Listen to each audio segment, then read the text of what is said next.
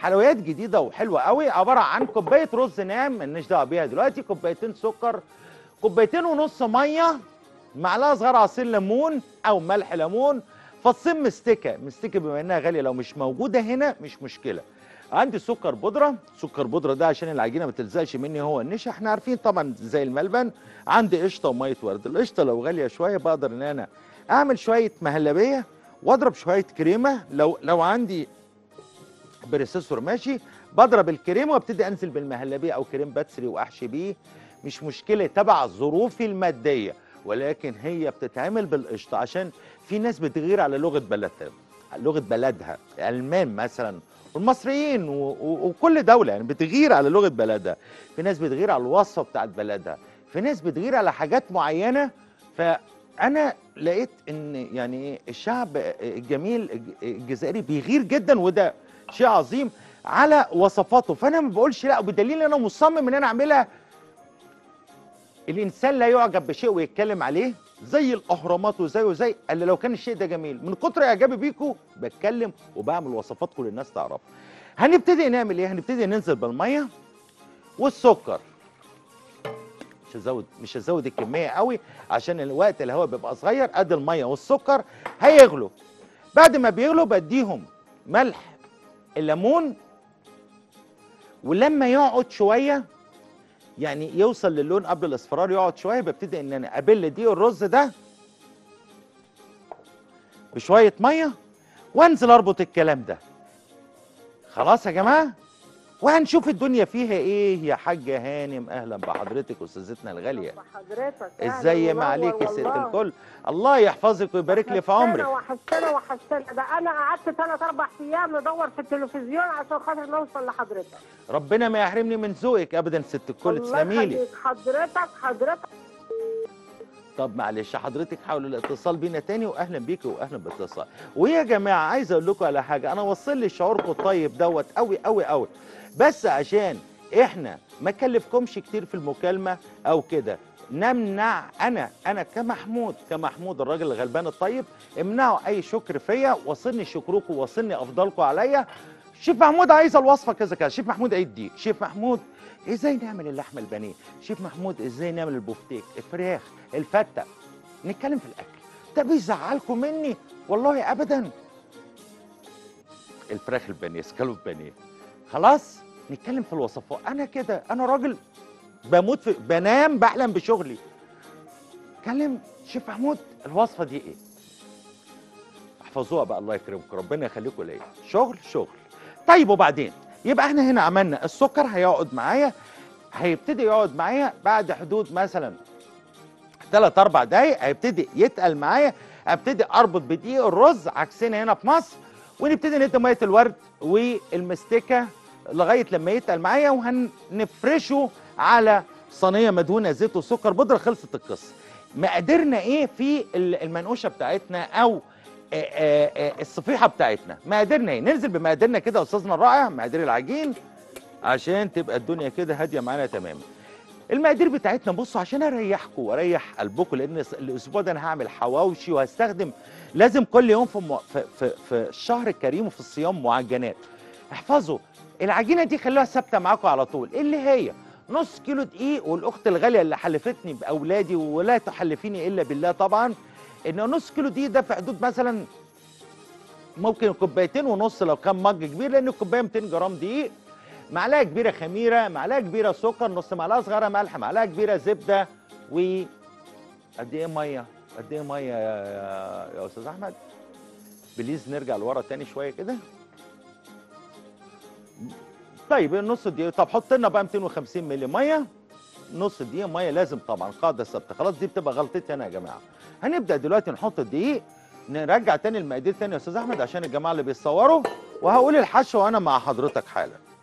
يبقى مقاديرنا كانت عباره عن ايه؟ نبدا تاني عشان هو الموضوع كتابه كتير بس على الفاضي ولا ليها اي لازمه. ادي ست، نص كيلو دي، معلقه كبيره خميره، معلقه كبيره سكر، معلقه صغيره ملح، معلقه كبيره زبده، 250 مللي ميه، نص دقيق ميه. اتعلموا عشان بعد كده ما يبقاش حد زيكم ابدا في الدنيا.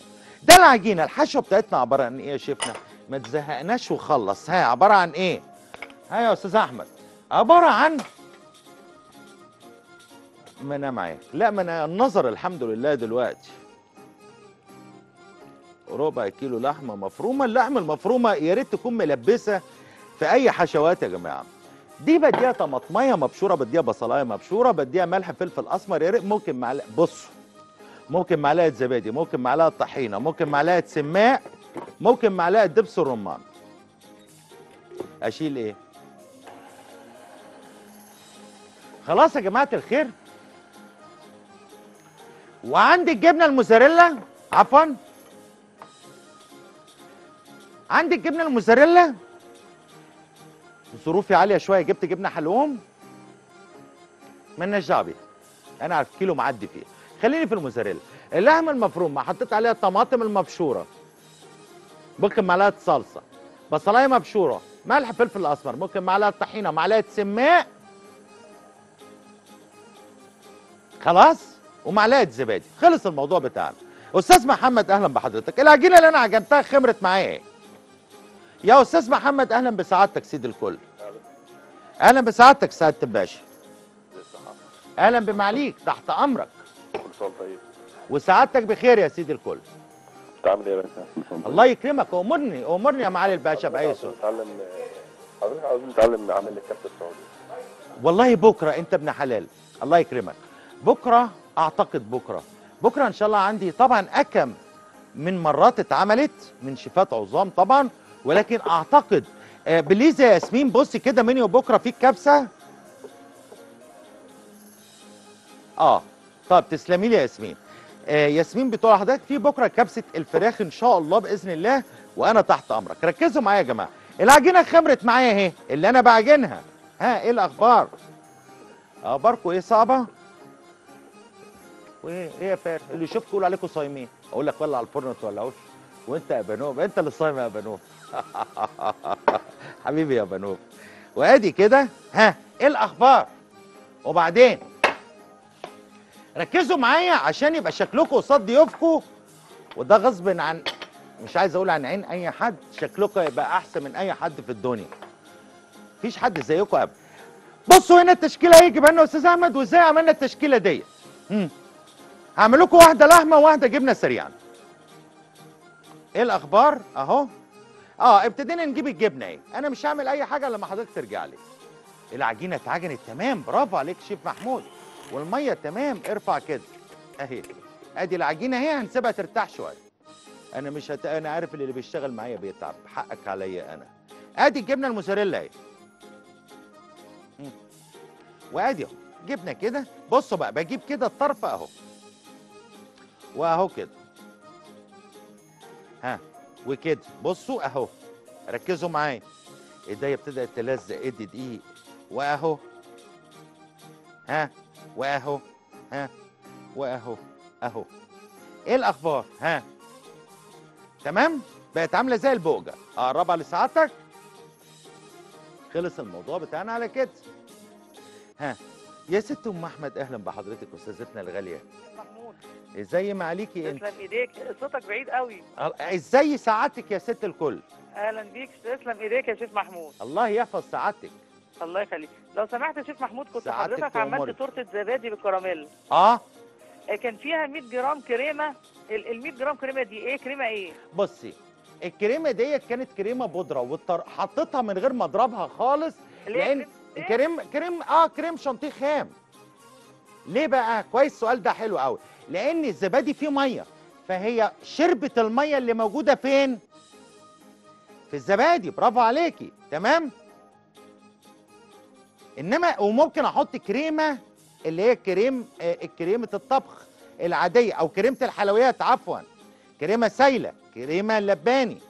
لكن احنا بنقول البرنامج اسمه حاجه ببلاش كده. بس ما تعكش يا شيف محمود او تعمل حاجه مش مظبوطه. لا يا جماعه، عمري في حياتي انا عارف الحاجه اللي بعملها لكم اقرب الناس ليا بياكلوا منها. كده خلصت القصه. هنبدا نخش الفرن درجه حراره 180 وهنشوف الدنيا فيها ايه مع بعض. هتطلع لي. انا عايز اقول لكم المقبلات ديت جنب شويه شوربه، لسان عصفور، كويكر، طماطم، اللي حضراتكم بتعرفوا تعملوه هيبقى محدش زيكم ابدا في الدنيا، ونبقى عارفين بنعمل ايه. هنخش كده الفرن دلوقتي عشان اول ما ارجع ربنا يكرمني بربع دقيقه حتى ابتدي ان انا حاضر. يا حاجه روحيه اهلا بحضرتك استاذتنا الغاليه. حاجه روحيه اهلا بسعادتك. يا حاجه روحيه قطع. يعني قطع ولا فصل؟ ولا فصل؟ عسل يا ياسمين والله. تضحكوش يا اولاد، انا اللي اضحك معاها بقى. هنا قبل ما اخد الفاصل بسرعه، السيرب ابتدى عندي يعمل ايه؟